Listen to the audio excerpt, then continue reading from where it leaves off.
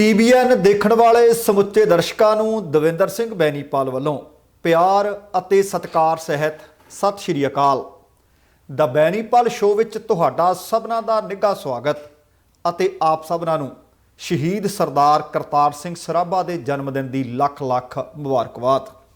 ਤੇ ਆਓ ਸਭ ਤੋਂ ਪਹਿਲਾਂ ਸੰਖੇਪ ਦੇ ਵਿੱਚ ਜਿਹੜੀਆਂ ਖਬਰਾਂ ਨੂੰ ਵਿਚਾਰ ਚਰਚਾ ਦਾ ਵਿਸ਼ਾ ਬਣਾਉਣਾ ਹੈ ਉਹ ਸਾਂਝੀਆਂ ਕਰਾਂ।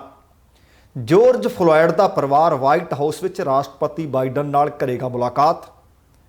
ਆਪਣਾ ਬਿਆਨ ਵਾਪਸ ਲੈਣ ਤੋਂ ਬਾਅਦ ਰਾਮਦੇਵ ਨੇ ਐਲੋਪੈਥੀ ਤੇ ਫਿਰ ਵਿੰਨੇ ਨਿਸ਼ਾਨੇ।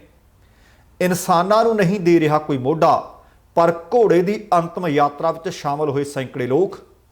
ਗ੍ਰਿਫਤਾਰ ਕੀਤੇ ਗਏ 6 ਡੇਰਾ ਪ੍ਰੇਮੀਆਂ ਵਿੱਚੋਂ 3 ਨੂੰ ਭੇਜਿਆ ਜੇਲ੍ਹ। 72 ਘੰਟਿਆਂ ਵਿੱਚ 2 ਸਕੇ ਭਰਾਵਾਂ ਦੀ ਕਰੋਨਾ ਕਾਰਨ ਹੋਈ ਮੌਤ। ਕੋਵਿਡ ਨੇ 4 ਭੈਣ ਭਰਾ ਕੀਤੇ ਯਤੀਮ। ਪੰਜਾਬ ਕਾਂਗਰਸ ਦੀ ਖਾਨਾ ਜੰਗੀ ਮੁੜ ਭਖੀ ਅਤੇ ਪੰਜਾਬ ਦੇ ਵਿੱਚ 96 ਲੋਕ ਪ੍ਰਤੀਨਿਧਾਂ ਦੇ ਵਿਰੁੱਧ ਮਾਮਲੇ ਦਰਜ। ਦੋਸਤੋ, ਇਹ ਕੁਝ ਖਬਰਾਂ ਨੇ ਜਿਨ੍ਹਾਂ ਨੂੰ ਆਧਾਰ ਬਣਾਵਾਂਗੇ, ਜਿਨ੍ਹਾਂ ਦੇ ਉੱਤੇ ਵਿਸਥਾਰ ਨਾਲ ਗੱਲਬਾਤ ਵੀ ਕਰਾਂਗੇ।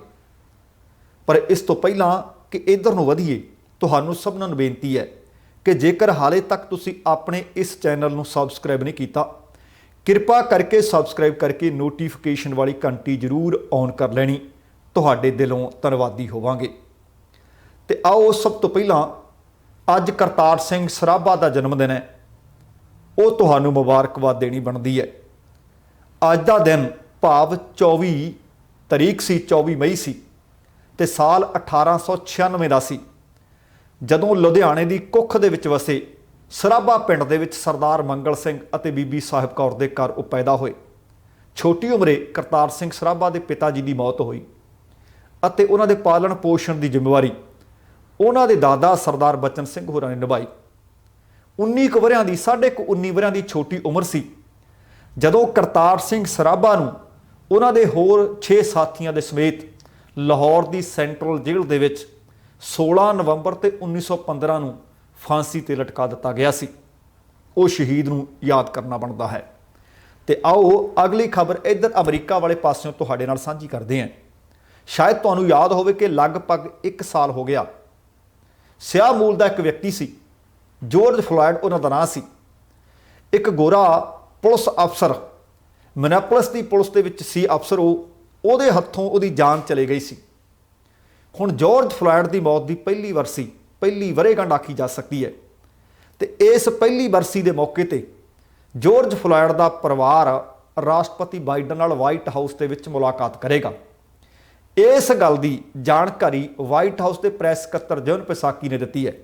ਉਹਨਾਂ ਜਾਣਕਾਰੀ ਦਿੰਦਿਆਂ ਦੱਸਿਆ ਕਿ ਰਾਸ਼ਟਰਪਤੀ ਜੋ ਬਾਈਡਨ ਫਲੋਇਡ ਦੀ ਮੌਤ ਦੀ ਵਰ੍ਹੇਗੰਢ ਮਨਾਉਣਗੇ, ਪਰ ਇਹਦੇ ਨਾਲ ਜੁੜੀਆਂ ਉਹਨਾਂ ਨੇ ਹੋਰ ਯੋਜਨਾਵਾਂ ਬਾਰੇ ਤਾਂ ਨਹੀਂ ਜਾਣਕਾਰੀ ਦਿੱਤੀ। ਸ਼ਾਇਦ ਤੁਹਾਨੂੰ ਯਾਦ ਹੋਵੇ ਕਿ ਮਿਨੈਪੋਲਿਸ ਦੇ ਸਾਬਕਾ ਪੁਲਿਸ ਅਧਿਕਾਰੀ ਡੈਰਿਕ ਚੋਵੇਨ ਦੁਆਰਾ ਲਗਭਗ 9 ਮਿੰਟ ਤੱਕ ਜੋਰਜ ਫਲੋਇਡ ਦੀ ਗਰਦਨ ਤੇ ਗੋਡਾ ਰੱਖ ਕੇ ਰੱਖਿਆ, ਜਿਸ ਦੇ ਕਾਰਨ ਉਸ ਦੇ ਪ੍ਰਾਣ ਪੰਖੇਰੂ ਉੜ ਗਏ ਸਨ। ਦਿਨ 25 ਮਈ ਤੇ ਸਾਲ 2020 ਦਾ ਸੀ। ਫਲੋਇਡ ਦੀ ਮੌਤ ਦੇ ਕਈ ਮਹੀਨਿਆਂ ਬਾਅਦ USA ਦੇ ਵਿੱਚ ਪੁਲਿਸ ਅਧਿਕਾਰੀ ਚੋਵੇਨ ਨੂੰ ਕਈ ਦੋਸ਼ਾਂ ਦੇ ਹੇਠ ਦੋਸ਼ੀ ਠਹਿਰਾ ਦਿੱਤਾ ਗਿਆ ਸੀ। ਰਾਸ਼ਟਰਪਤੀ ਬਾਈਡਨ ਦੁਆਰਾ ਫਲੋਇਡ ਦੇ ਪਰਿਵਾਰ ਦਾ ਸਵਾਗਤ ਕੀਤਾ ਜਾਣਾ ਹੈ।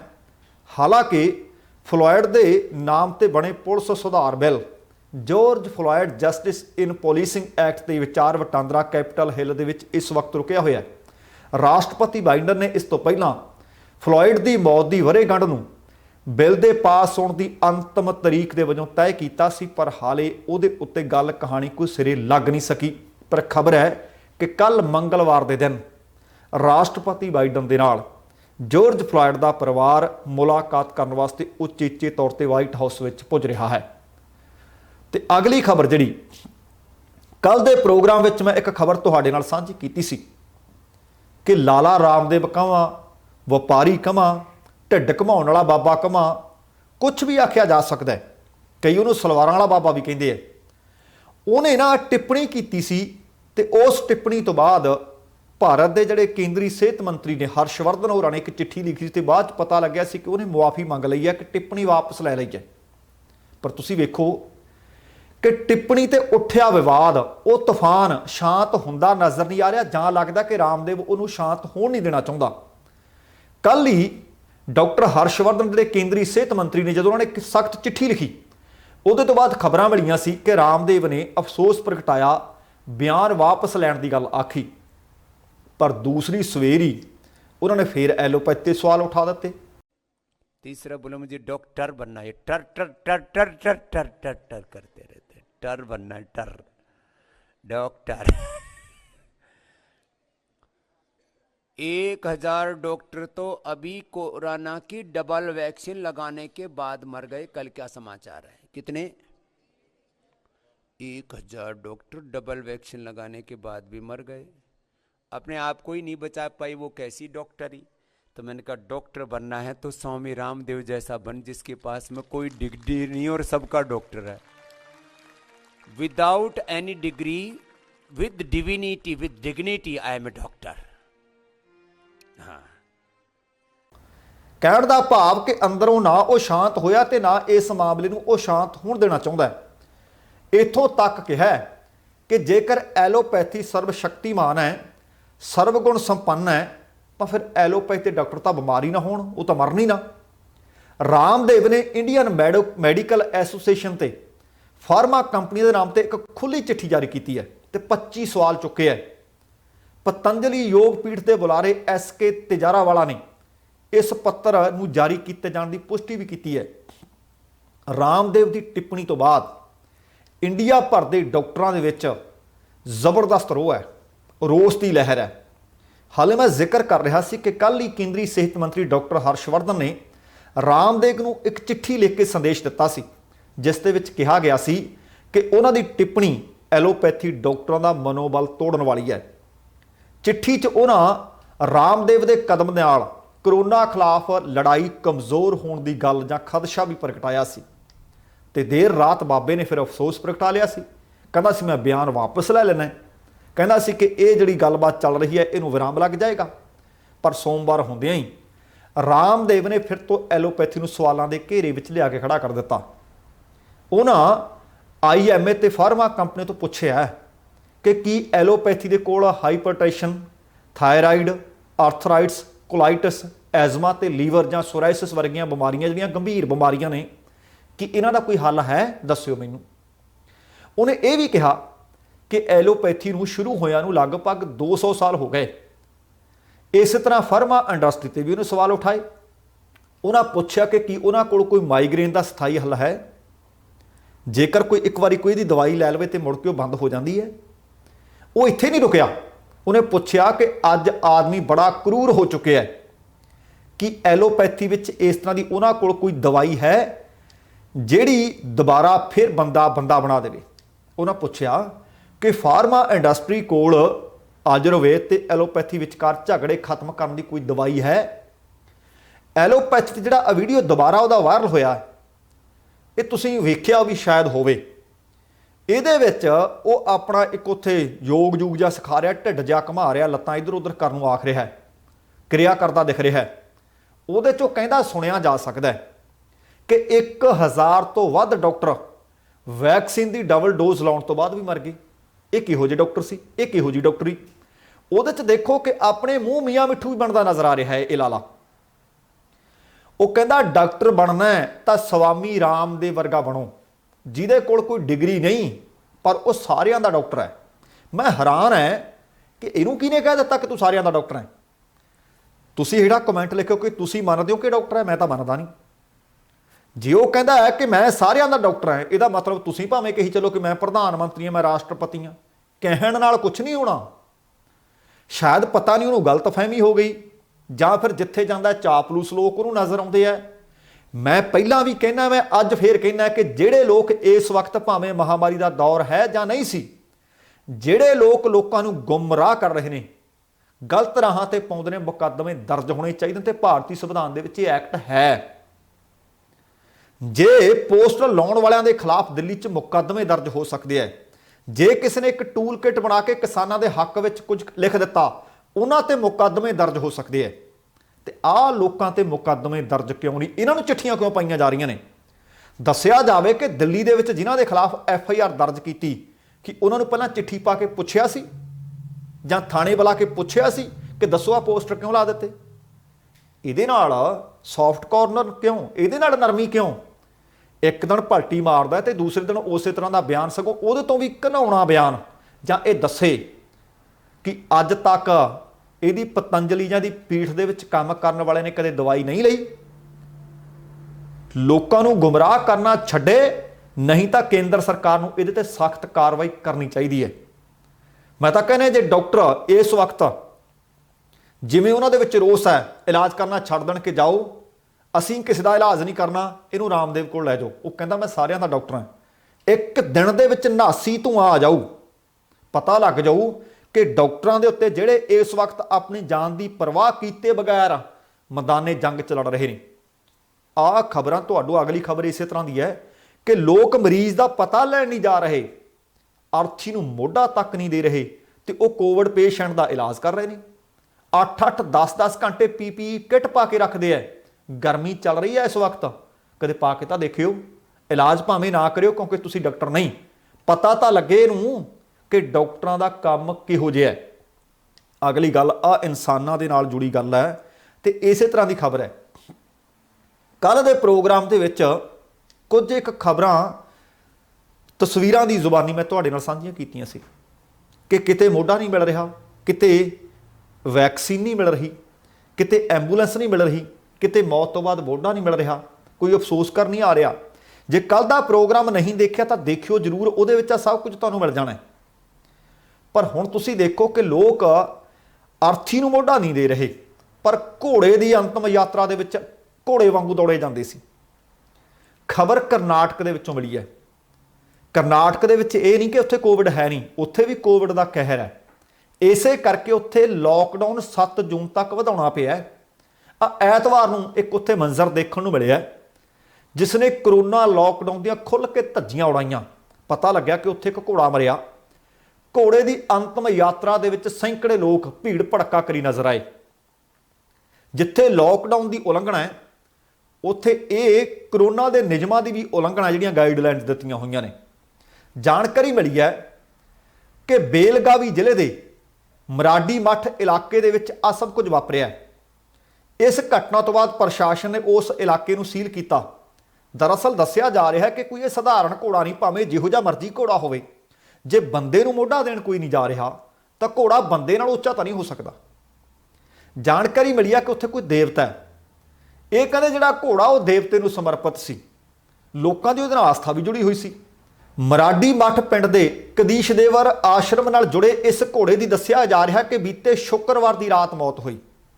ਸ਼ਨੀਵਾਰ ਵਾਲੇ ਦਿਨ ਘੋੜੇ ਦੀਆਂ ਅੰਤਮ ਯਾਤਰਾ ਤੇ ਰਸਮਾਂ ਕੀਤੀਆਂ ਗਈਆਂ, ਜਿਸ ਦੇ ਵਿੱਚ ਸੈਂਕੜੇ ਲੋਕਾਂ ਦੀ ਭੀੜ ਇਕੱਠੀ ਹੋਈ, ਤੁਸੀਂ ਵੇਖ ਵੀ ਰਹੇ ਹੋ। ਇਸੇ ਦੌਰਾਨ ਲੋਕ ਇਹ ਭੁੱਲ ਗਏ ਕਿ ਇਸ ਵਕਤ ਕੋਵਿਡ ਕਾਰਨ ਲੋਕਡਾਊਨ ਵੀ ਹੈ, ਕੋਵਿਡ ਕਾਰਨ ਲੋਕਾਂ ਦੀਆਂ ਮੌਤਾਂ ਵੀ ਹੋ ਰਹੀਆਂ ਨੇ, ਕੋਵਿਡ ਕਾਰਨ ਹਾਹਾਕਾਰ ਵੀ ਮੱਚੀ ਹੋਈ ਹੈ। ਇਹ ਘਟਨਾ ਸੋਸ਼ਲ ਮੀਡੀਆ ਤੇ ਵਾਇਰਲ ਹੋ ਗਈ, ਜਿਸ ਤੋਂ ਬਾਅਦ ਸਥਾਨਕ ਪ੍ਰਸ਼ਾਸਨ ਫਿਰ ਹਰਕਤ ਵਿੱਚ ਨਜ਼ਰ ਆਇਆ। ਪਤਾ ਲੱਗਿਆ ਕਿ ਜਿਹੜੀ ਫੋਟੋ ਤੇ ਉਹ ਜਿਹੜੀ ਵੀਡੀਓ ਨਜ਼ਰ ਆਈ ਲੋਕਾਂ ਨੂੰ ਜਾਂ ਪ੍ਰਸ਼ਾਸਨ ਕੋਲ ਵੀ ਪਹੁੰਚੀ, ਉਹਦੇ ਤੋਂ ਬਾਅਦ ਲਗਭਗ 400 ਘਰਾਂ ਦੀ ਬਸਤੀ ਹੈ ਮਰਾਡੀ ਮੱਠ, ਉਸ ਨੂੰ ਸੀਲ ਕਰ ਦਿੱਤਾ ਗਿਆ। ਇਲਾਕੇ ਵਿੱਚ ਆਵਾਜਾਈ ਤੇ ਪਾਬੰਦੀ ਲਾ ਦਿੱਤੀ ਗਈ ਅਤੇ ਲੋਕਾਂ ਦੀ ਕੋਵਿਡ ਸੰਬੰਧੀ ਹੁਣ ਜਾਂਚ ਕੀਤੀ ਜਾ ਰਹੀ ਹੈ। ਪਰ ਇਹ ਦੇਖੋ ਤੁਸੀਂ, ਹੈਰਾਨੀ ਵਾਲਾ ਮਾਮਲਾ ਇਹ ਕਿ ਜੇ ਪ੍ਰਸ਼ਾਸਨ ਕੋਈ ਪਹਿਲ ਕਦਮੀ ਕਰੇਗਾ ਤੇ ਫੇਰ ਹੀ ਲੋਕਾਂ ਨੂੰ ਪਤਾ ਲੱਗੇਗਾ। ਆਲੇ ਦੁਆਲਿਓਂ ਦੁਨੀਆ ਭਰ ਦੇ ਵਿੱਚੋਂ ਕਿਸ ਤਰ੍ਹਾਂ ਦੀਆਂ ਖਬਰਾਂ ਮਿਲ ਰਹੀਆਂ ਨੇ, ਉਹ ਆਪਣੇ ਆਪ ਦੇ ਵਿੱਚ ਬਹੁਤ ਮਹੱਤਵਪੂਰਨ ਹੈ ਕਿ ਸਾਨੂੰ ਆਪਣੇ ਆਪ ਪਤਾ ਹੋਣਾ ਚਾਹੀਦਾ ਹੈ ਅਸੀਂ ਕਿਹੜੀ ਗੱਲ ਤੋਂ ਖਿਆਲ ਰੱਖਣਾ ਤੇ ਕਿਹੜੀ ਦਾ ਖਿਆਲ ਨਹੀਂ ਰੱਖਣਾ। ਤੁਸੀਂ ਦੇਖੋ ਕਿ ਆ ਤਾਂ ਘੋੜੇ ਦੀ ਯਾਤਰਾ ਦੇ ਵਿੱਚ ਸ਼ਾਮਲ ਹੋ ਗਏ ਅੰਤਮ ਯਾਤਰਾ 'ਚ, ਪਰ ਆਹ ਖਬਰਾਂ ਕਿਤੇ ਪੜ੍ਹਦੇ ਜਾਂ ਸੁਣਦੇ ਨਹੀਂ ਕਿ ਕਰੋਨਾ ਨੇ 4 ਬੱਚੇ ਯਤੀਮ ਕੀਤੇ ਹੈ। ਯੂਪੀ ਦੇ ਬਲੀਆ ਜ਼ਿਲ੍ਹੇ ਦੇ ਬੈਰੀਆ ਤਹਿਸੀਲ ਦਾ ਪਿੰਡ ਹੈ ਦਾਲਮ ਛਪਰਾ, ਉੱਥੋਂ ਦੀ ਖਬਰ ਹੈ ਕਿ ਕਰੋਨਾ ਨੇ ਇੱਕੋ ਹੀ ਪਰਿਵਾਰ ਦੇ 4 ਛੋਟੇ ਛੋਟੇ ਬੱਚੇ ਨੂੰ ਯਤੀਮ ਕਰ ਦਿੱਤਾ ਹੈ। ਬਿਹਾਰ ਦੀ ਸਰਹੱਦ ਨਾਲ ਲੱਗਦਾ ਹੈ ਇਹ ਪਿੰਡ, ਲਗਭਗ ਉਸ ਸਰਹੱਦ ਤੋਂ 50 ਕਿਲੋਮੀਟਰ ਦੀ ਦੂਰੀ ਤੇ ਹੈ ਦਲਾਨ ਛਪਰਾ। ਪਿੰਡ ਦੇ ਅੰਕੁਸ਼ ਦੇ ਪਿਤਾ ਸੰਤੋਸ਼ ਦੀ ਲਗਭਗ 3 ਸਾਲ ਪਹਿਲਾਂ ਕੈਂਸਰ ਨਾਲ ਮੌਤ ਹੋਈ ਅਤੇ ਹੁਣ ਇਸ ਮਹਾਮਾਰੀ ਨੇ ਕਾਜਲ, ਰੂਬੀ, ਰੇਨੂ ਅਤੇ ਅੰਕੁਸ਼ ਦੇ ਸਿਰ ਤੋਂ ਮਾਂ ਦਾ ਸਾਇਆ ਖੋਲਿਆ। ਮਾਂ ਦੀ ਮੌਤ ਤੋਂ ਬਾਅਦ 7 ਵਰ੍ਹਿਆਂ ਦਾ ਅੰਕੁਸ਼, ਜਦੋਂ ਉਹਦੇ ਨਾਲ ਗੱਲਬਾਤ ਕੀਤੀ ਕਿ ਹੌਸਲਾ ਭਾਵੇਂ ਉਹਦਾ ਬੁਲੰਦ ਸੀ ਪਰ ਯਤੀਮ ਹੋ ਚੁੱਕਿਆ। ਉਹ ਕਹਿੰਦਾ ਮੈਂ ਆਪਣੀਆਂ ਭੈਣਾਂ ਦੀ ਜ਼ਿੰਮੇਵਾਰੀ ਵੀ ਚੁੱਕੂ। ਦੇਖੋ ਉਮਰ ਸਿਰਫ 7 ਸਾਲ। ਪੁੱਛਿਆ ਵੱਡਾ ਹੋ ਕੇ ਕੀ ਬਣਨਾ ਚਾਹੁੰਦਾ ਹੈ? ਕਹਿੰਦਾ ਪੁਲਿਸ ਅਧਿਕਾਰੀ ਬਣਨਾ ਚਾਹੁੰਦਾ ਹੈ। ਪਰ ਜਦੋਂ ਅੰਕੁਸ਼ ਦੀਆਂ ਭੈਣਾਂ ਦੇ ਨਾਲ ਗੱਲਬਾਤ ਕੀਤੀ, ਉਹ ਬੁਰੀ ਤਰ੍ਹਾਂ ਟੁੱਟ ਚੁੱਕੀਆਂ ਸਨ। ਉਹ ਦੱਸ ਰਹੀਆਂ ਸੀ ਕਿ ਹੁਣ ਸਾਡਾ ਆਸਰਾ ਸਿਰਫ ਰੱਬ ਹੈ, ਰੱਬ ਭਰੋਸੇ ਆ। ਉਹਨਾਂ ਨੂੰ ਹੋਰਨਾਂ ਲੋਕਾਂ ਦੇ ਖੇਤਾਂ ਵਿੱਚ ਜਾ ਕੇ ਮਜ਼ਦੂਰੀ ਕਰਨੀ ਪਊ ਤੇ ਫਿਰ ਕਿਤੇ 2 ਵਕਤ ਦੀ ਰੋਟੀ ਨਸੀਬ ਹੋਊ। ਜਦੋਂ ਇਸ ਸੰਬੰਧੀ ਜ਼ਿਲ੍ਹਾ ਅਧਿਕਾਰੀ ਅਦਿਤੀ ਸਿੰਘ ਤੋਂ ਪੁੱਛਿਆ ਗਿਆ ਤਾਂ ਇਸ ਮਾਮਲੇ ਦੇ ਵਿੱਚ ਕੀ ਪ੍ਰਸ਼ਾਸਨ ਕਦਮ ਕੀ ਚੁੱਕ ਰਿਹਾ, ਉਹਦੇ ਕੋਲ ਕੋਈ ਜਵਾਬ ਨਹੀਂ ਸੀ। ਹਾਲਾਂਕਿ ਬੈਰੀਆ ਦੇ ਡਿਪਟੀ ਜ਼ਿਲ੍ਹਾ ਅਧਿਕਾਰੀ ਪ੍ਰਸ਼ਾਂਤ ਨਾਇਕ ਨੇ ਦੱਸਿਆ ਕਿ ਉਹ ਇਸ ਘਟਨਾ ਤੋਂ ਜਾਣੂ ਨੇ ਕਿ ਬੱਚੇ ਯਤੀਮ ਹੋ ਗਏ ਹੈ। ਉਹਨਾਂ ਕਿਹਾ ਕਿ ਇਹਨਾਂ ਬੱਚਿਆਂ ਦੇ ਪਰਿਵਾਰ ਦਾ ਹੁਣ ਕੋਈ ਜੀ ਨਹੀਂ ਰਿਹਾ ਜਿਹੜਾ ਇਹਨਾਂ ਦੀ ਜ਼ਿੰਮੇਵਾਰੀ ਚੁੱਕ ਸਕੇ, ਪਾਲਣ ਪੋਸ਼ਣ ਕਰ ਸਕੇ। ਇਸ ਕਰਕੇ ਇਹਨਾਂ ਬੱਚਿਆਂ ਨੂੰ 2000 ਰੁਪਏ ਪ੍ਰਤੀ ਮਹੀਨਾ ਪੈਨਸ਼ਨ ਕਹਿ ਦਿਓ, ਸਕਾਲਰਸ਼ਿਪ ਕਹਿ ਦਿਓ, ਮਿਲੇਗੀ ਜਦੋਂ ਤੱਕ ਇਹ 18 ਵਰਿਆਂ ਦੇ ਹੋ ਨਹੀਂ ਜਾਂਦੇ। ਤੁਸੀਂ ਦੇਖੋ ਕਿ ਇੱਕ ਪਾਸੇ ਘੋੜੇ ਦੀ ਅੰਤਮ ਯਾਤਰਾ ਤੇ ਆ 4 ਬੱਚਿਆਂ ਦੀ ਮਾਂ-ਬਾਪ ਸਿਰ ਤੇ ਨਹੀਂ ਰਹੇ। ਇਹ ਇਕੱਲੀ ਖਬਰ ਨਹੀਂ, ਇਸੇ ਤਰ੍ਹਾਂ ਦੀ ਇੱਕ ਖਬਰ ਹੋਰ ਮਿਲੀ ਹੈ। 72 ਘੰਟਿਆਂ ਦੇ ਅੰਦਰ 2 ਸਕੇ ਭਰਾ ਇਸ ਦੁਨੀਆ ਤੋਂ ਰੁਖਸਤ ਹੋਏ ਹੈ। ਕਿੰਨਾ ਖਤਰਨਾਕ ਵਾਇਰਸ ਹੈ। ਬੇਸ਼ੱਕ ਕਦੇ ਆਖ ਦਿੱਤਾ ਜਾਂਦਾ ਕਿ ਮਾਮਲੇ ਘਟ ਗਏ ਨੇ, ਬੇਸ਼ੱਕ ਆਖ ਦਿੱਤਾ ਜਾਂਦਾ ਕਿ ਮੌਤ ਦਰ ਘਟ ਗਈ ਹੈ, ਪਰ ਦਿਨੋਂ ਦਿਨ ਇਹ ਖਬਰਾਂ ਦੀ ਗਿਣਤੀ ਵਿੱਚ ਵਾਧਾ ਹੁੰਦਾ ਜਾ ਰਿਹਾ ਹੈ। ਕਦੇ 4 ਲੱਖ ਤੋਂ ਵੱਧ, ਕਦੇ 3 ਲੱਖ ਤੋਂ ਵੱਧ ਰੋਜ਼ਾਨਾ ਮਾਮਲੇ ਦਰਜ ਕੀਤੇ ਜਾ ਰਹੇ ਹੈ। ਬਹੁਤ ਸਾਰੇ ਲੋਕ ਨੇ ਜਿਨ੍ਹਾਂ ਨੂੰ ਇਸ ਮਹਾਮਾਰੀ ਨੇ ਮੌਤ ਦੇ ਮੂੰਹ ਵਿੱਚ ਧੱਕ ਦਿੱਤਾ ਹੈ। ਬਹੁਤ ਸਾਰੇ ਲੋਕ ਤੁਸੀਂ ਆਲੇ ਦੁਆਲੇ ਆਪਣੇ ਲੱਭ ਸਕਦੇ ਹੋ ਜਿਨ੍ਹਾਂ ਦੇ ਆਪਣੇ ਇਸ ਦੁਨੀਆ ਤੋਂ ਤੁਰ ਗਏ ਨੇ, ਆਪਣਿਆਂ ਨੂੰ ਗਵਾ ਲਿਆ। ਉਹ ਇਸ ਦਰਦ ਤੋਂ ਸ਼ਾਇਦ ਹੀ ਕਦੇ ਉੱਭਰ ਸਕਣ। ਮਹਾਰਾਸ਼ਟਰ ਦੇ ਪੁਣੇ ਦੇ ਵਿੱਚੋਂ ਇੱਕ ਮਾਮਲਾ ਸਾਹਮਣੇ ਆਇਆ ਹੈ, ਦਿਲ ਨੂੰ ਝੰਜੋੜਨ ਵਾਲਾ ਹੈ।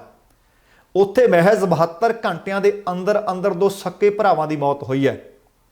ਪੁਣੇ 'ਚ ਪਿਪਰੀ ਚਿੰਚਵਾੜ ਦੇ ਅਕੁਰਦੀ ਇਲਾਕੇ ਦੇ ਵਿੱਚ 2 ਭਰਾਵਾਂ ਦੀ ਮੌਤ ਇਸ ਮਹਾਮਾਰੀ ਨਾਲ ਹੋਈ।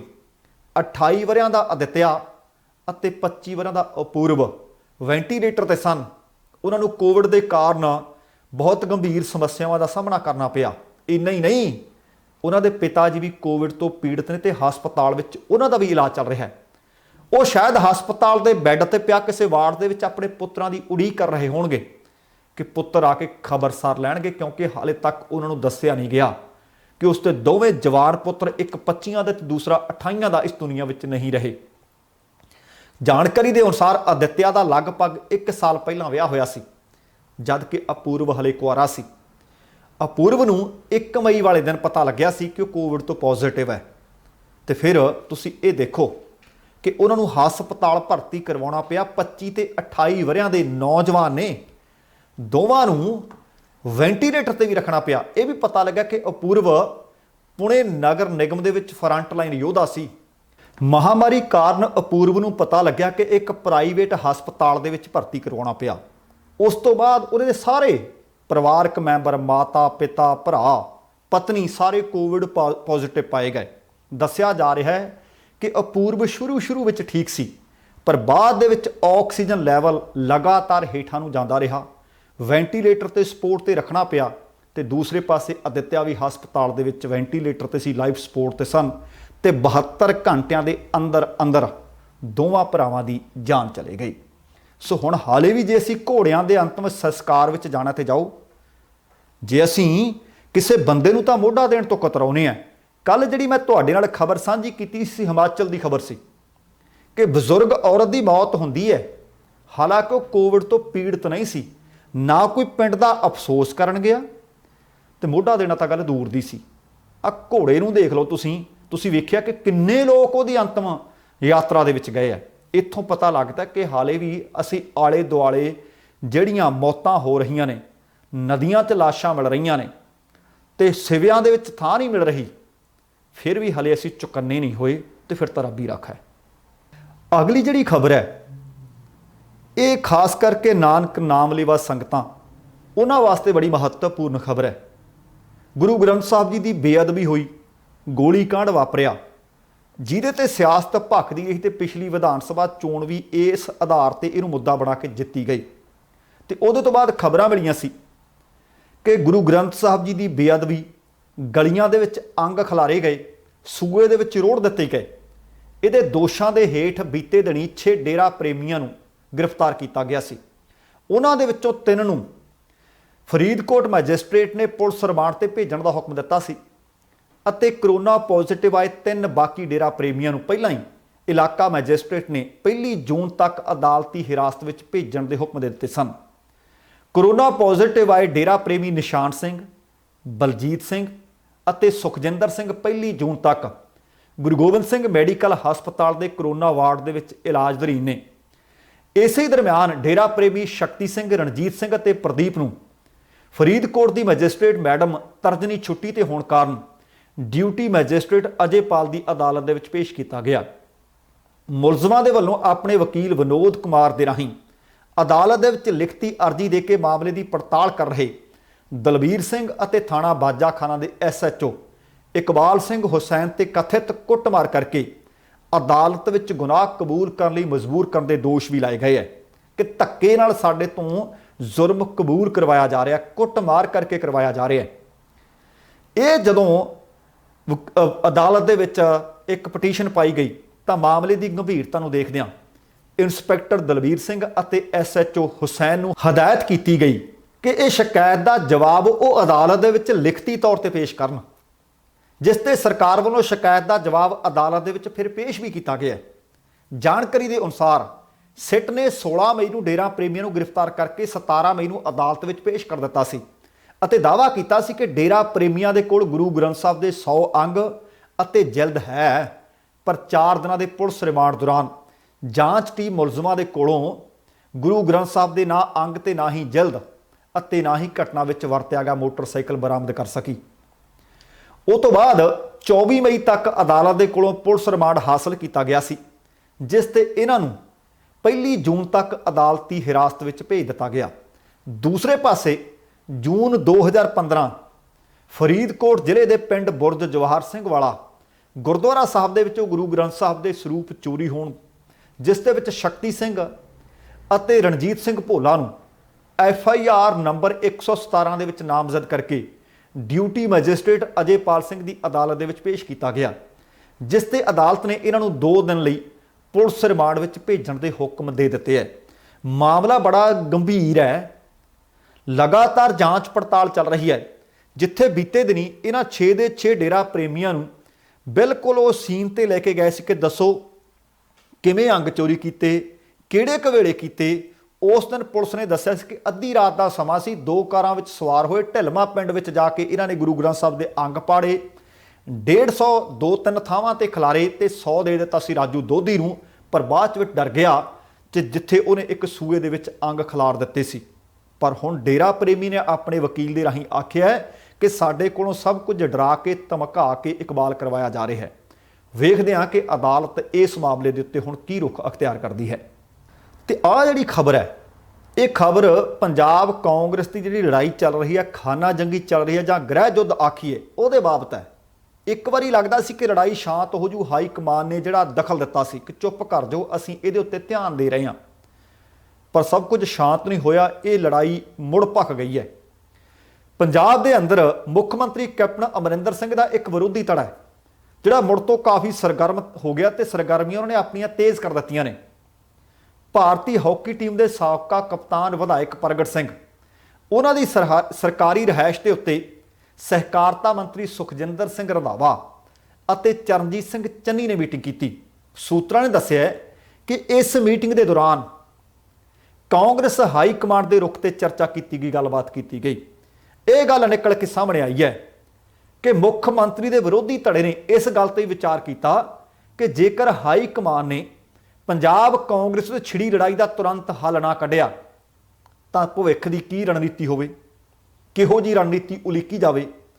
ਮੀਟਿੰਗ ਤੋਂ ਬਾਅਦ ਰੰਧਾਵਾ ਤੇ ਚੰਨੀ ਦੋਵਾਂ ਮੰਤਰੀਆਂ ਨੇ ਨਾ ਤਾਂ ਇਸ ਮੀਟਿੰਗ ਦੇ ਸੰਬੰਧੀ ਕੋਈ ਗੱਲ ਦੱਸੀ, ਨਾ ਹੀ ਭਵਿੱਖ ਦੀ ਰਣਨੀਤੀ ਤੇ ਕਿਹੜੀ ਤੇ ਵਿਚਾਰ ਕੀਤਾ ਗਿਆ ਉਹਦੇ ਤੇ ਕੋਈ ਗੱਲਬਾਤ ਕੀਤੀ।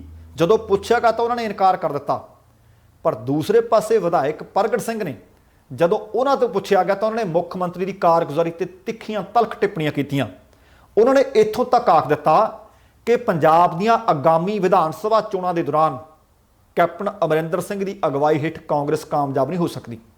ਉਹਨਾਂ ਕਿਹਾ ਕਿ ਇਹ ਗੱਲ ਤਾਂ ਉਹਨਾਂ ਮੁੱਖ ਮੰਤਰੀ ਦੇ ਸਾਹਮਣੇ ਵੀ ਆਖ ਦਿੱਤੀ ਸੀ ਕਿ ਤੁਸੀਂ ਹੋਰਨਾਂ ਦੇ ਸਰਵੇਖਣ ਕਰਾਉਂਦੇ ਫਿਰਦੇ ਹੋ, ਪਹਿਲਾਂ ਆਪਣੇ ਬਾਰੇ ਸਰਵੇਖਣ ਕਰਵਾ ਕੇ ਦੇਖੋ ਕਿ ਲੋਕਾਂ 'ਚ 2017 ਤੋਂ ਜਿਹੜਾ ਪਹਿਲਾਂ ਤੁਹਾਡਾ ਅਸਰ ਰਸੂਖ ਸੀ ਜਾਂ ਪ੍ਰਭਾਵ ਸੀ ਉਹ ਗੱਲ ਪਹਿਲਾਂ ਵਾਲੀ ਹੈ ਜਾਂ ਨਹੀਂ। ਉਹਨਾਂ ਦਾਅਵਾ ਕੀਤਾ ਕਿ ਕੈਪਟਨ ਲੋਕਾਂ ਵਿੱਚ ਆਪਣਾ ਆਧਾਰ ਗਵਾ ਚੁੱਕਿਆ ਹੈ। ਬਾਕੀ ਧੜੇ ਦੇ ਇਸ ਵਿਧਾਇਕ ਨੇ ਜਿੰਨੇ ਵੀ, ਉਹਨਾਂ ਦੇ ਵਿੱਚੋਂ ਇੱਕ ਹੋਰ ਅਮਰਗੜ੍ਹ ਤੋਂ ਪਾਰਟੀ ਦੇ ਵਿਧਾਇਕ ਨੇ ਸੁਰਜੀਤ ਸਿੰਘ ਧੀਮਾਨ, ਉਹਨਾਂ ਦੇ ਵੱਲੋਂ ਜਿਹੜੀ ਖੁੱਲ੍ਹੀ ਬਗਾਵਤ ਕਰ ਦਿੱਤੀ ਗਈ ਤੇ ਹੋਰ ਵਿਧਾਇਕਾਂ ਨੂੰ ਵੀ ਉਹਨਾਂ ਨੇ ਸੱਦਾ ਦਿੱਤਾ ਹੈ ਕਿ ਆਓ ਇਸ ਗੱਲ ਦੀ ਹਮਾਇਤ ਕਰੋ। ਮਹੱਤਵਪੂਰਨ ਤੱਥ ਇਹ ਹੈ ਕਿ ਸੁਰਜੀਤ ਸਿੰਘ ਧੀਮਾਨ ਨੇ ਕਾਂਗਰਸ ਦੇ ਵਿਧਾਇਕਾਂ ਨੂੰ ਸੱਦਾ ਦਿੱਤਾ ਸੀ ਕਿ ਕੈਪਟਨ ਦਾ ਤਖਤਾ ਪਲਟਿਆ ਜਾਵੇ। ਪ੍ਰਗਟ ਸਿੰਘ ਨੇ ਪਾਰਟੀ ਦੇ ਸੂਬਾ ਪ੍ਰਧਾਨ ਸੁਨੀਲ ਜਾਖੜ ਦੀ ਸ਼ਲਾਘਾ ਕਰਦਿਆਂ ਕਿਹਾ ਹੈ ਕਿ ਸੂਬਾ ਪ੍ਰਧਾਨ ਦੋਵਾਂ ਧੜਿਆਂ ਦੇ ਦਰਮਿਆਨ ਸੰਤੁਲਨ ਬਣਾ ਕੇ ਰੱਖ ਰਹੇ ਨੇ। ਸੂਤਰਾਂ ਦਾ ਤਾਂ ਇਹ ਵੀ ਦੱਸਣਾ ਹੈ ਕਿ ਅੱਜ ਜਿਹੜੀ ਮੀਟਿੰਗ ਹੋਈ ਉਹਦੇ ਵਿੱਚ ਚਰਨਜੀਤ ਚੰਨੀ ਨੂੰ ਮਹਿਲਾ ਕਮਿਸ਼ਨ ਦੀ ਚੇਅਰਪਰਸਨ ਦੇ ਵੱਲੋਂ ਉਠਾਏ ਗਏ ਸਵਾਲਾਂ ਦਾ ਜਵਾਬ ਦੇਣ ਵਾਸਤੇ ਮੀਡੀਆ ਵਿੱਚ ਜਾਣ ਦੀ ਸਲਾਹ ਦਿੱਤੀ ਗਈ ਹੈ। ਪਰ ਪਤਾ ਲੱਗਿਆ ਕਿ ਚੰਨੀ ਹਾਈ ਕਮਾਂਡ ਦੇ ਰੁਖ ਦਾ ਹਾਲੇ ਇੰਤਜ਼ਾਰ ਕਰ ਰਹੇ ਹੈ ਕਿ ਉਹ ਕੀ ਕਹਿੰਦੇ ਨੇ। ਪਰ ਬਾਗੀ ਧੜਿਆਂ ਦੀਆਂ ਜਿਹੜੀਆਂ ਤਾਜ਼ਾ ਗਤੀਵਿਧੀਆਂ ਤੋਂ ਸਪਸ਼ਟ ਇਹ ਜ਼ਰੂਰ ਹੋ ਰਿਹਾ ਹੈ ਕਿ ਹੁਣ ਤੱਕ ਪਾਰਟੀ ਹਾਈ ਕਮਾਂਡ ਦੇ ਵੱਲੋਂ ਦਖਲ ਦੇ ਕੇ ਜ਼ੁਬਾਨਬੰਦੀ ਦੀਆਂ ਕੋਸ਼ਿਸ਼ਾਂ ਸਫਲ ਨਹੀਂ ਹੋਈਆਂ। ਬਾਗੀ ਧੜੇ ਦਾ ਇਹ ਵੀ ਕਹਿਣਾ ਹੈ ਕਿ ਹਾਈ ਕਮਾਂਡ ਤੋਂ ਬਹੁਤੀਆਂ ਉਮੀਦਾਂ ਵੀ ਨਹੀਂ ਰੱਖੀਆਂ ਜਾਣੀਆਂ ਚਾਹੀਦੀਆਂ। ਤੇ ਦੂਸਰੇ ਪਾਸੇ ਪਤਾ ਲੱਗਿਆ ਕਿ ਪੰਜਾਬ ਮਹਿਲਾ ਕਮਿਸ਼ਨ ਦੀ ਚੇਅਰਪਰਸਨ ਮਨੀਸ਼ਾ ਗੁਲਾਟੀ ਨੇ ਚਰਨਜੀਤ ਚੰਨੀ ਦੇ ਮਾਮਲੇ ਤੋਂ ਮੁੜ ਤੋਂ ਸਿਆਸਤ ਭਖਾਈ ਹੈ। ਸ਼ਾਇਦ ਤੁਹਾਨੂੰ ਚੇਤੇ ਹੋਵੇ ਕਿ ਬੀਤੇ ਹਫ਼ਤੇ ਉਹਨਾਂ ਨੇ ਕਿਹਾ ਸੀ ਕਿ ਜੇਕਰ ਚੰਨੀ ਦੇ ਖਿਲਾਫ ਕਾਰਵਾਈ ਨਾ ਕੀਤੀ ਗਈ ਤਾਂ ਉਹ ਮਟਕਾ ਚੌਂਕ ਵਿੱਚ ਧਰਨੇ ਤੇ ਬੈਠ ਜਾਏਗੀ। ਪਰ ਅੱਜ ਜਦੋਂ ਸਾਡੇ ਪੱਤਰਕਾਰ ਨੇ ਜਾ ਕੇ ਪੁੱਛਿਆ ਕਿ ਧਰਨੇ ਤੇ ਤਾਂ ਬੈਠੇ ਕਿਤੇ ਨਜ਼ਰ ਨਹੀਂ ਆਏ, ਅਸੀਂ ਮਟਕਾ ਚੌਂਕ ਦੇ 2-3 ਗੇੜੇ ਲਾ ਲਏ। ਉਹ ਕਹਿੰਦੀ ਮੈਨੂੰ ਮੁੱਖ ਮੰਤਰੀ ਕੈਪਟਨ ਅਮਰਿੰਦਰ ਸਿੰਘ ਹੋਰਾਂ ਨੇ ਵਿਸ਼ਵਾਸ ਦਿਵਾ ਦਿੱਤਾ, ਇਸ ਕਰਕੇ ਫਿਰ ਹੜਤਾਲ ਤੇ ਬੈਠਣ ਦਾ ਸਵਾਲ ਪੈਦਾ ਨਹੀਂ ਹੁੰਦਾ। ਪਰ ਦੂਸਰੇ ਪਾਸੇ ਸੁਰਜੀਤ ਸਿੰਘ ਧੀਮਾਨ ਹੋਰਾਂ ਨੇ ਜਿਹੜਾ ਕਿਹਾ ਸੀ ਕਿ ਕੈਪਟਨ ਅਮਰਿੰਦਰ ਸਿੰਘ ਦੇ ਤਖਤਾ ਪਲਟੀ ਬਗਾਵਤ ਖੜੀ ਕਰ ਦਈਏ, ਉਹੀ ਗੱਲ ਅੱਜ ਮੀਟਿੰਗ ਤੋਂ ਬਾਅਦ ਪ੍ਰਗਟ ਸਿੰਘ ਹੋਰਾਂ ਨੇ ਆਖ ਦਿੱਤੀ ਹੈ ਕਿ ਹੁਣ ਕੈਪਟਨ ਅਮਰਿੰਦਰ ਸਿੰਘ ਦੀ ਕਪਤਾਨੀ ਮਨਜ਼ੂਰ ਨਹੀਂ। 2022 ਦੀਆਂ ਚੋਣਾਂ ਕੈਪਟਨ ਅਮਰਿੰਦਰ ਸਿੰਘ ਦੀ ਛਾਇਆ ਦੇ ਹੇਠ ਨਹੀਂ ਲੜੀਆਂ ਜਾ ਸਕਦੀਆਂ। ਤੁਸੀਂ ਵੇਖੋ ਕਿ ਹਾਈ ਕਮਾਂਡ ਚੁੱਪ ਕਰੀ ਬੈਠੀ ਹੈ।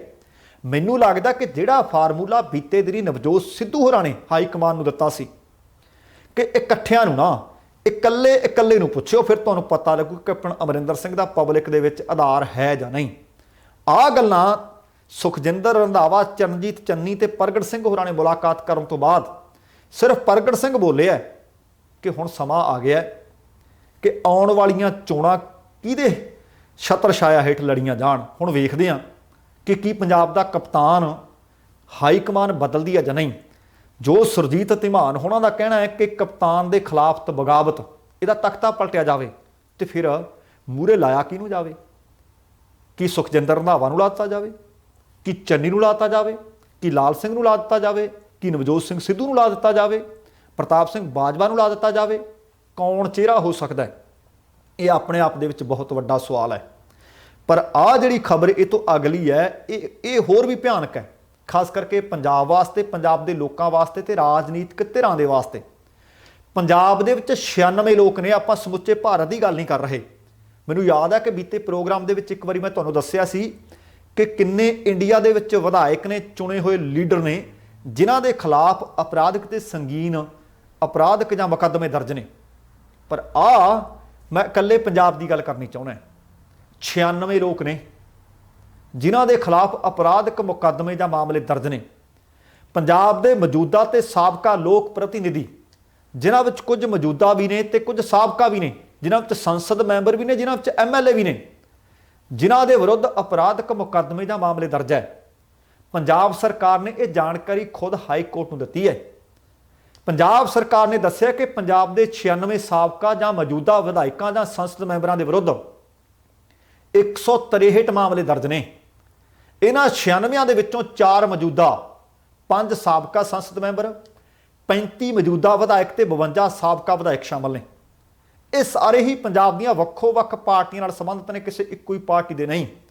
ਦੂਸਰੇ ਪਾਸੇ ਹਰਿਆਣਾ ਸਰਕਾਰ ਨੇ ਵੀ ਹਾਈ ਕੋਰਟ ਨੂੰ ਦੱਸਿਆ ਕਿ ਹਰਿਆਣਾ ਵਿੱਚ ਸੰਸਦ ਮੈਂਬਰਾਂ ਤੇ ਵਿਧਾਇਕਾਂ ਦੇ ਵਿਰੁੱਧ ਅਜਿਹੇ 21 ਅਪਰਾਧਿਕ ਮਾਮਲੇ ਦਰਜ ਨੇ। ਅਪਰਾਧਿਕ ਮਾਮਲਿਆਂ ਵਿੱਚ ਫਸੇ ਹੋਏ ਸੰਸਦ ਮੈਂਬਰਾਂ ਵਿੱਚ ਭਗਵੰਤ ਮਾਨ, ਸੁਖਬੀਰ ਬਾਦਲ, ਰਵਨੀਤ ਬਿੱਟੂ ਅਤੇ ਬਲਵਿੰਦਰ ਭੂੰਦੜ ਸ਼ਾਮਲ ਨੇ। ਜਿਨ੍ਹਾਂ 5 ਸਾਬਕਾ ਸੰਸਦ ਮੈਂਬਰਾਂ ਦੇ ਵਿਰੁੱਧ ਕੇਸ ਪੈਂਡਿੰਗ ਪਏ ਨੇ, ਉਹਨਾਂ ਵਿੱਚ ਸਿਮਰਨਜੀਤ ਮਾਨ, ਸੁੱਚਾ ਸਿੰਘ ਲੰਗਾ, ਡਾਕਟਰ ਧਰਮਵੀਰ ਗਾਂਧੀ, ਪ੍ਰੇਮ ਸਿੰਘ ਚੰਦੂ ਮਾਜਰਾ ਤੇ ਧਿਆਨ ਸਿੰਘ ਮੰਡ ਸ਼ਾਮਲ ਨੇ। ਇਹਨਾਂ ਤੋਂ ਇਲਾਵਾ ਇਸ ਸਮੇਂ ਪੰਜਾਬ ਦੇ 35 ਮੌਜੂਦਾ ਵਿਧਾਇਕਾਂ ਸਮੇਤ 52 ਸਾਬਕਾ ਵਿਧਾਇਕਾਂ ਵਿਰੁੱਧ ਵੀ ਇਹ ਮਾਮਲੇ ਦਰਜ ਨੇ, ਜਿਨ੍ਹਾਂ ਦੀ ਜਾਣਕਾਰੀ ਮਾਣਯੋਗ ਅਦਾਲਤ ਨੂੰ ਹਾਈ ਕੋਰਟ ਨੂੰ ਦਿੱਤੀ ਗਈ ਹੈ। ਇਸ ਸੂਚੀ ਦੇ ਵਿੱਚ ਨਵਜੋਤ ਸਿੰਘ ਸਿੱਧੂ ਦੇ ਵਿਰੁੱਧ 1988 ਵਿੱਚ IPC ਧਾਰਾ 304 ਅਤੇ 34 ਤਹਿਤ ਦਰਜ ਮਾਮਲੇ ਦੀ ਜਾਣਕਾਰੀ ਵੀ ਦਿੱਤੀ ਗਈ ਹੈ। ਦੱਸਿਆ ਗਿਆ ਕਿ ਭਾਵੇਂ ਉਹ ਇਸ ਮਾਮਲੇ ਵਿੱਚੋਂ ਬਰੀ ਹੋ ਚੁੱਕੇ ਹੈ, ਪਰ ਬਰੀ ਕੀਤੇ ਜਾਣ ਦੇ ਫੈਸਲੇ ਦੇ ਵਿਰੁੱਧ ਸੁਪਰੀਮ ਕੋਰਟ ਦੇ ਵਿੱਚ ਹਾਲੇ ਵੀ ਰਿਵਿਊ ਪੈਂਡਿੰਗ ਪਈ ਹੈ। ਹੁਣ ਸਵਾਲ ਇਹ ਹੈ ਕਿ ਜੇ ਪੰਜਾਬ ਦੇ ਸਾਬਕਾ ਜਾਂ ਮੌਜੂਦਾ ਸੰਸਦ ਜਾਂ ਵਿਧਾਇਕ 96 ਨੇ ਜਿਨ੍ਹਾਂ ਦੇ ਖਿਲਾਫ ਅਪਰਾਧਿਕ ਮਾਮਲੇ ਦਰਜ ਨੇ, ਕੀ ਪੰਜਾਬ ਦੇ ਵਿੱਚੋਂ 13 ਉਹ ਲੋਕ ਨਹੀਂ ਮਿਲਦੇ ਜਿਨ੍ਹਾਂ ਦੇ ਖਿਲਾਫ ਕੋਈ ਮਾਮਲਾ ਦਰਜ ਨਾ ਹੋਵੇ? ਕੀ ਪੰਜਾਬ ਦੇ ਵਿੱਚੋਂ 117 ਕਿਸੇ ਪਾਰਟੀ ਨੂੰ ਉਹ ਵਿਧਾਇਕ ਨਹੀਂ ਮਿਲਦੇ ਜਾਂ ਉਮੀਦਵਾਰ ਨਹੀਂ ਮਿਲਦੇ ਜਿਨ੍ਹਾਂ ਦੇ ਖਿਲਾਫ ਕੋਈ ਮੁਕੱਦਮਾ ਦਰਜ ਨਾ ਹੋਵੇ? ਇਸ ਹਮਾਮ ਦੇ ਵਿੱਚ ਸਾਰੀਆਂ ਪਾਰਟੀਆਂ ਰੰਗੀਆਂ ਨੇ। ਲਗਭਗ ਹਰੇਕ ਪਾਰਟੀ ਦੇ ਵਿਧਾਇਕ ਸੰਸਦ ਜਾਂ ਸਾਬਕਾ ਵਿਧਾਇਕ ਦੇ ਖਿਲਾਫ ਮਾਮਲੇ ਦਰਜ ਨੇ। ਆਪਣੇ ਆਪ ਦੇ ਵਿੱਚ ਹੁਣ ਰਾਜਨੀਤੀ ਬਦਲਣ ਦੀ ਜ਼ਰੂਰਤ ਹੈ।